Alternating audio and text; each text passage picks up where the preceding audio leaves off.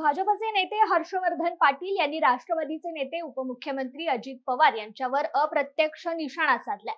उद्याच्या होणाऱ्या पुणे जिल्ह्यातील इंदापूर विधानसभेच्या जागा वाटपावरून उपमुख्यमंत्री अजित पवार आणि हर्षवर्धन पाटील यांच्यातील राजकीय वैर उफाळून येते की काय असा प्रश्न या निमित्ताने उपस्थित झालाय। कोणत्याही निवडणुका आल्या की मला टार्गेट करण्याचा प्रयत्न केला जातो, एकाकी पाडलं जातं, याबद्दल कार्यकर्त्यांच्या मनात प्रचंड नाराजी आहे, अशी प्रतिक्रिया हर्षवर्धन पाटील यांनी भिगवण येथे प्रसार माध्यमांना दिली आहे।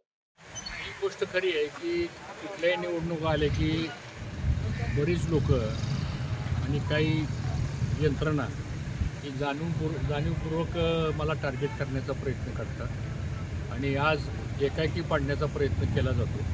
वास्तविक पाहता आम्ही एवढं प्रामाणिकपणे सातत्यानं म्हणजे आघाडीमध्ये असो किंवा महायुतीमध्ये असो, मागचे आम्ही 20 वर्ष आघाडीमध्ये होतो त्यावेळेसुद्धा बरीच लोक आम्हाला टार्गेट करायची आणि आता आम्ही महायुतीमध्ये आहे तरीसुद्धा आता काही लोकांचं म्हणजे टार्गेट करण्याचा प्रयत्न केला जातो आणि काही जरी झालं तरी हर्षवर्धन पाटील या राजकीय क्षितिजावरती असता कामा नाही, अशा काही लोकांची व्यूहरचना ही सातत्यानं होती आणि ह्या भावना आमचा तळागाळातला जो कार्यकर्ता आहे तो बोलून दाखवतोय।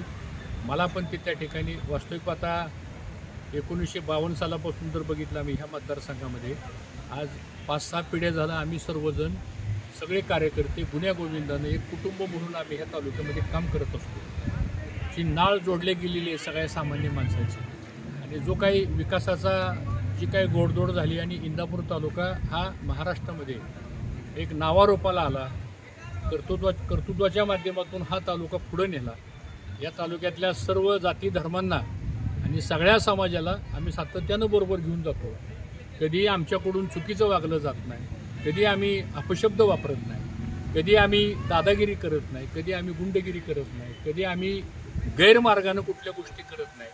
आम्ही एवढ्या मोठ्या सत्तेत असताना सुद्धा कधी आम्ही विरोधकाला सुद्धा कधी आम्ही त्रास दिला नाही। मग असं असताना सुद्धा निवडणूक आली की हर्षवर्धन पाटील हा टार्गेट करायचा, हे जे काही षडयंत्र आहे याबद्दल कार्यकर्त्याच्या मध्ये एक तीव्र नाराजी आहे।